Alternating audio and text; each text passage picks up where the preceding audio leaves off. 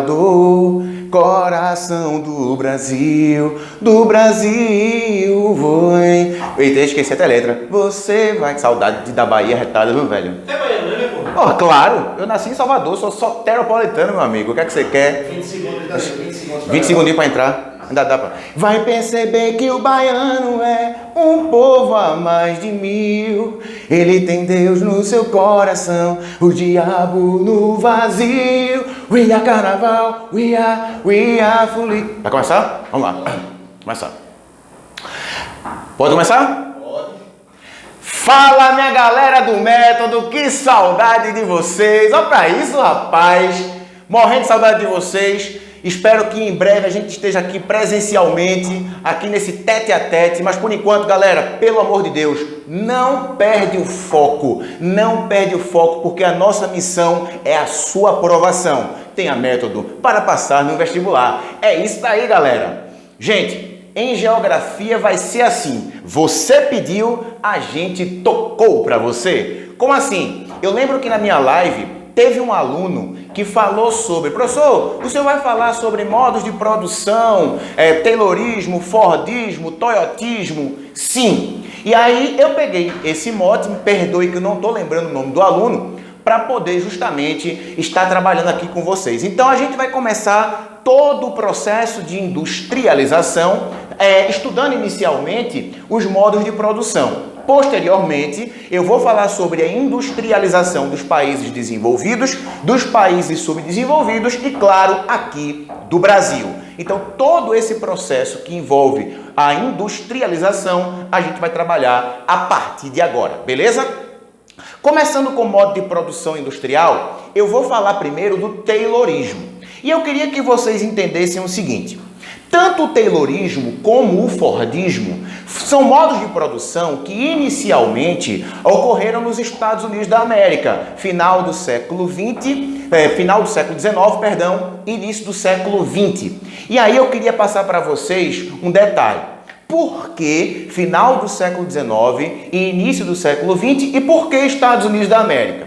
Gente, todos vocês sabem que o país pioneiro no processo da Revolução Industrial, e depois a gente vai ter uma aula para que eu explique a vocês o porquê do pioneirismo desse país, foi a Inglaterra. A Inglaterra foi o primeiro país do mundo a se industrializar. Ela foi o país que trouxe a grande novidade nos modos de produção, que foi a maquinofatura. Depois, pouco tempo depois, ainda no século XIX, a Inglaterra se industrializa no final do século XVIII. No século XIX, a Alemanha, Itália e a França também passaram pelos seus processos de industrialização. Esses 4 países europeus, eles tinham em mãos o monopólio do mercado internacional de bens industrializados, tá? Estados Unidos e Japão só vão iniciar o seu processo de industrialização no final do século XIX. Os Estados Unidos, após a sua guerra civil, também conhecida como a Guerra de Secessão, que foi de 1861 a 1865, e o Japão, depois do período do chamado shogunato, ou a era feudal japonesa, que chegou ao fim em 1868, quando inicia-se a era Meiji, a Revolução Meiji, que foi um período de grandes investimentos na educação e também na economia japonesa, a partir daí que o Japão inicia seu processo de industrialização. Então, gente, além desses países europeus, da Inglaterra, da Alemanha, da França e da Itália, eu tinha 2 países no mundo que, ao final do século XIX, iniciaram os seus processos de industrialização. Os Estados Unidos, na América, e o Japão, na Ásia. Pois bem, a gente chega no século XX com a Europa bastante efervescente do ponto de vista político. Crises diplomáticas que vão eclodir no ano de 1914 com a Primeira Guerra Mundial. A Primeira Guerra Mundial, que vai de 1914 a 1918. E a Primeira Guerra Mundial, o palco desse conflito foi o continente europeu. E os principais países envolvidos na guerra eram justamente as principais potências econômicas europeias, aquelas que abasteciam o mundo com os seus produtos industrializados. Então, houve um período onde o mercado internacional de bens industrializados ficou carente, ficou órfão. Por quê? Porque quem abastecia o mercado estava em guerra. E durante a guerra, todas as atenções se voltam para esse conflito. Resultado, se aproveitando desse momento da história, é que os Estados Unidos e o Japão vão ter um grande ganho na sua produção industrial. Por quê? Porque eles começam a abocanhar fatias do mercado de bens industrializados que antes eram exclusivos dos países europeus. A partir desse momento, a produção industrial norte-americana começa a aumentar em um nível significativo. E é justamente aí que entra a questão do Taylorismo e do Fordismo. Entendam que o Taylorismo e o Fordismo foram dois modos de produção, foram sistematizações da produção industrial, que o grande objetivo era otimizar a produção industrial, era diminuir o custo que essas empresas tinham com relação a todo o custeio da produção, desde o pagamento dos funcionários até mesmo o volume final produzido. E dentro desse contexto é que a gente vem com um conjunto de medidas para acelerar a produtividade. Taylor vem primeiro, e aí eu queria que vocês prestassem atenção aqui em um detalhe. O Taylorismo é uma concepção de produção baseada em um método científico de organização do trabalho. Para que vocês tenham uma ideia, Taylor ele era muito incomodado, inclusive, com conversas que os seus funcionários tinham dentro da sua unidade fabril. Eles queriam que, a partir do momento que esses funcionários entrassem nas fábricas, que eles dedicassem todo o seu tempo ao trabalho. Lembrem-se, as jornadas de trabalho, elas eram intensas. Eu tinha jornadas de trabalho de 12 horas por dia, de 13 horas por dia, de 14 horas por dia, tá? Então era um trabalho extremamente exaustivo, tá? A partir dessa concepção, o Taylorismo, o trabalho industrial, ele foi fragmentado. Porque, gente, é uma concepção que nós temos que ter. Por exemplo, durante o período do artesanato, no artesanato, eu era responsável por todo o processo produtivo. Eu tinha que pegar a matéria-prima, eu, artesão, eu tinha que transformar essa matéria-prima em um produto acabado e eu tinha que comercializar esse produto. Com a manufatura, esse processo ele também continua muito concentrado na mão de uma única pessoa, tá? Já na maquinofatura, já com a Revolução Industrial, eu vou ter essa que eu chamo de alienação do trabalho. O processo de alienação, ele vem com a indústria. Por quê? Porque não era vantajoso para o dono de uma indústria que o seu funcionário conhecesse todo o seu processo produtivo. E por que não? Porque na primeira oportunidade que esse funcionário ele fosse demitido, ele poderia levar o segredo daquela indústria, o segredo industrial, para um concorrente. E com isso, fazer com que aquela antiga empresa que ele trabalhasse tivesse dificuldades no mercado. Então, a partir do momento em que a indústria chega, a especialização da mão de obra, ela começa a ocorrer num período muito rápido. É quando você vai conhecer apenas parte de um todo e não mais o todo produzido. Com relação ao Taylorismo, eu ainda tenho essas seguintes características que eu queria que vocês prestassem atenção. Primeiro, baseado no estudo de tempos e movimento dos operários, remuneração pelo trabalho proporcional à produção. Quanto mais você produzir, mais você vai ganhar. Quanto menos você produzir, menos irá ganhar, tá? Racionalização do trabalho. Então, o trabalhador, ele era super explorado. Como eu disse a vocês, com jornadas de trabalho que chegavam a mais de 12 horas ao dia. Organização fabril visando o aumento da produção. É o que eu falei anteriormente. Os Estados Unidos viviam um período de grande aumento na demanda pelos seus produtos industrializados devido aos países europeus se encontrarem em guerra no início do século XX.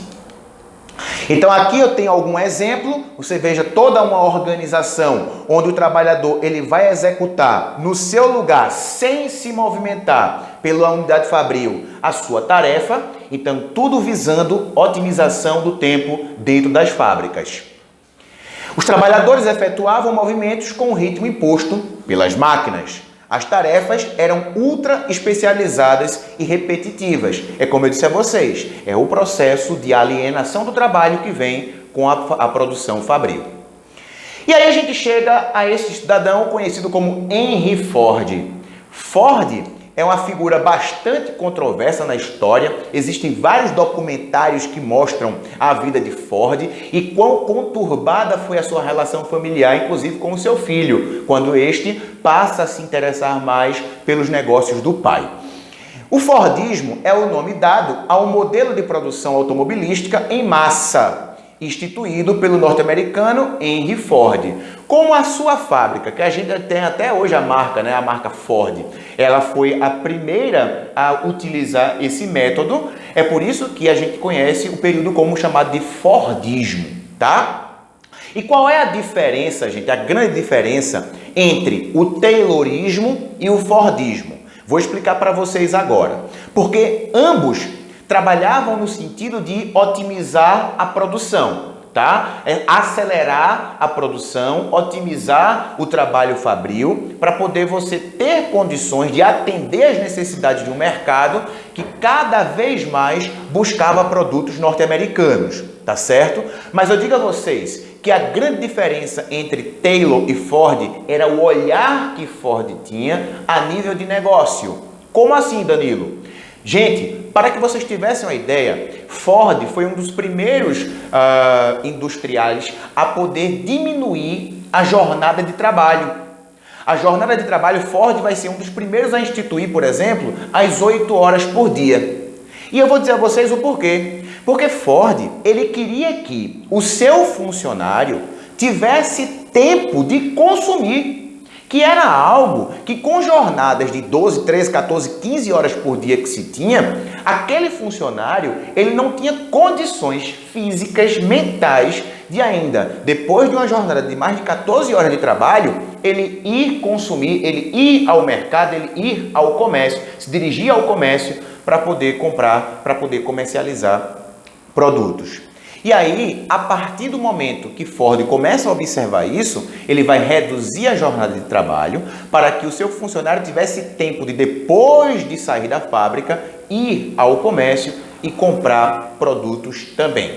Ford, ele vai aumentar o salário dos seus empregados, produção em massa para consumo em massa. E esse consumo em massa, inclusive, poderia ser visto a partir de ganhos reais no salário. Então, Ford aumentava o salário dos seus funcionários porque ele sabia que parte desse aumento que ele estava dando aos seus funcionários iria voltar para ele na forma de consumo, tá? Então, o meu funcionário, ele tem que ter condições de consumir aquilo que ele está ajudando a produzir.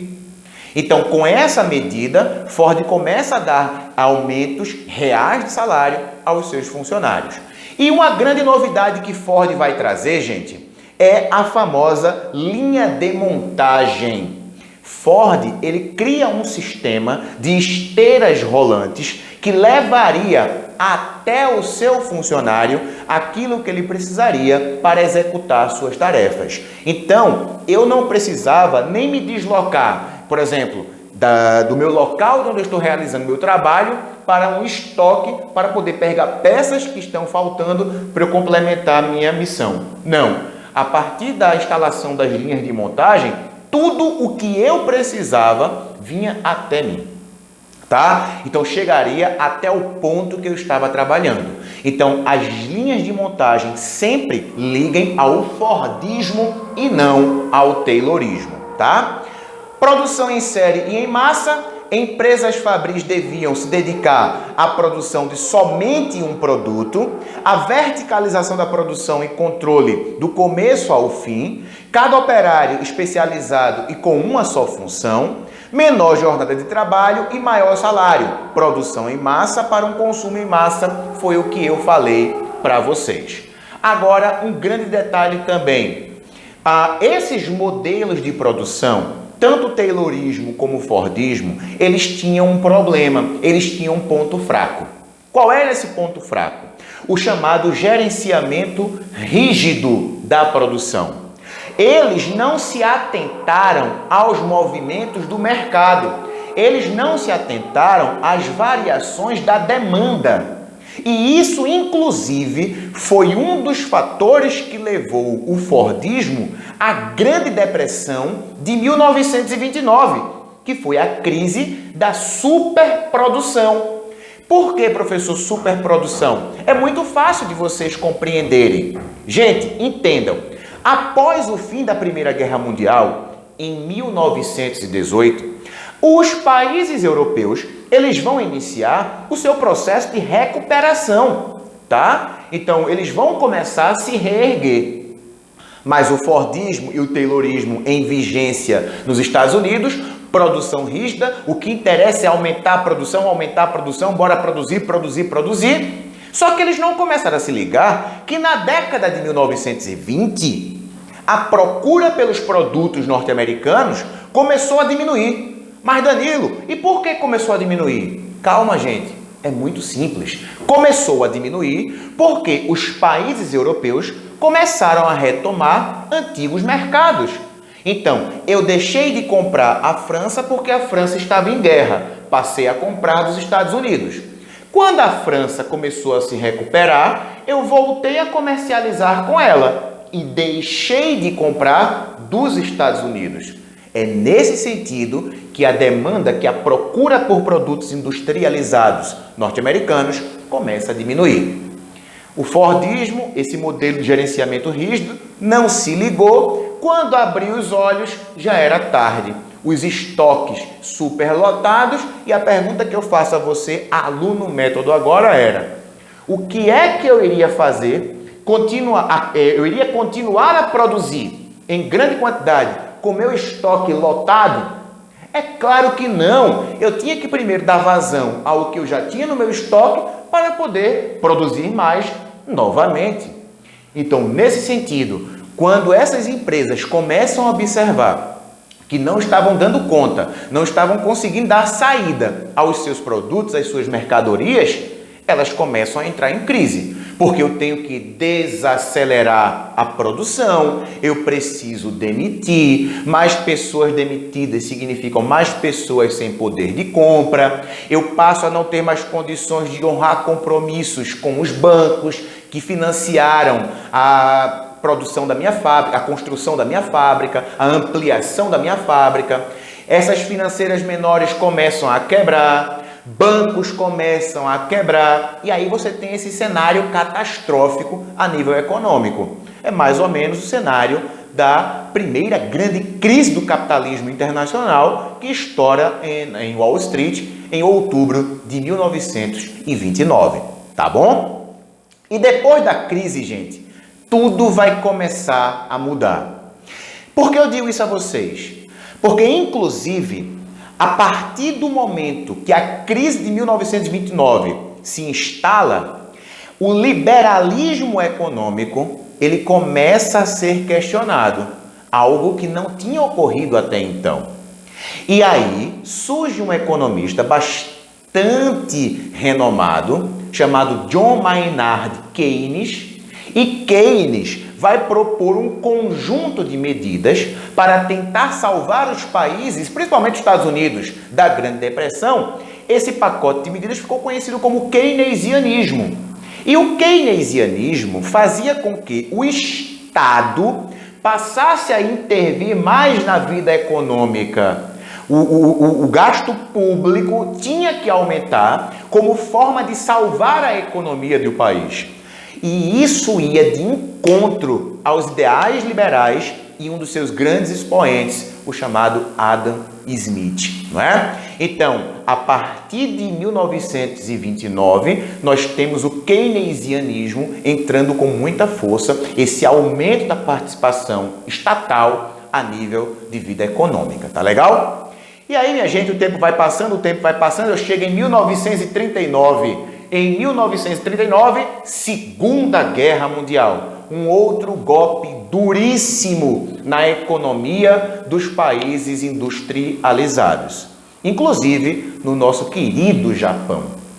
Resultado: ao final da guerra, 1945, o Japão destruído, centros industriais japoneses destruídos, inclusive Hiroshima e Nagasaki, que não foram escolhidos pelos Estados Unidos por acaso para lançarem as bombas nucleares. Hiroshima e Nagasaki eram dois grandes centros industrializados japoneses, tá? Então afetou em cheio a produção industrial japonesa.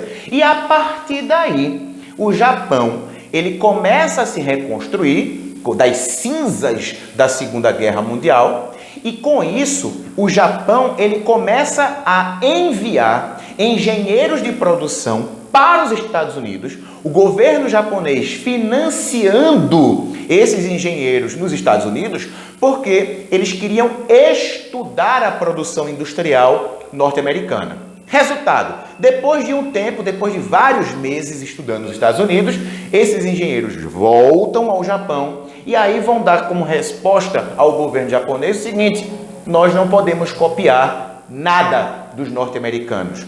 Mas como assim? O modelo de produção norte-americano nós não vamos conseguir manter aqui no Japão. E o Japão, gente, ele possui algumas dificuldades naturais. Por exemplo, o Japão é um país extremamente pobre em recursos naturais.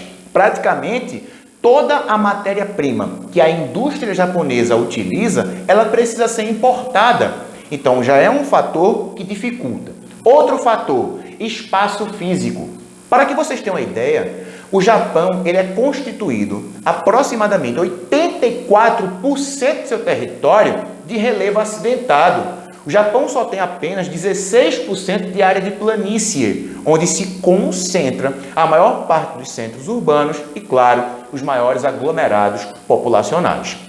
Então, esses engenheiros de produção, eles tiveram uma ideia que foi mudar completamente a forma como a produção industrial ela era organizada. E esse pacote de ajustes foi aplicado pela primeira vez na fábrica da Toyota, que é uma empresa japonesa. E por isso esse movimento ele passa a ser conhecido como toyotismo, porque ele foi introduzido inicialmente na fábrica da Toyota. E qual a grande diferença, quais as grandes novidades que o toyotismo trazia em relação ao fordismo e ao taylorismo? A grande novidade era justamente a forma de gerenciar o processo produtivo. Eu tinha o gerenciamento rígido da produção com o fordismo, com o taylorismo. E a partir da adoção do toyotismo, vem aí o chamado gerenciamento flexível da produção. E como é que ocorreria esse gerenciamento flexível? Eu produzir com base na demanda. A demanda aumenta, o ritmo de produção aumenta. A demanda diminui, o ritmo da produção industrial diminui. Para isso, eu preciso de uma complexa rede de comunicação e de transportes que vinha evoluindo a passos largos em meados do século XX, quando eu vou desenvolver a terceira revolução industrial, que vai ser a revolução da tecnologia de ponta. Então, gente, só para vocês prestarem atenção, devido ao nosso tamanho aqui da nossa aula já, eu vou finalizar por aqui e mais características do toyotismo, o volvismo e demais assuntos relacionados aos modos de produção, a gente vê na nossa próxima aula. Então a vocês, muito obrigado e até o próximo encontro. Tchau, tchau, pessoal!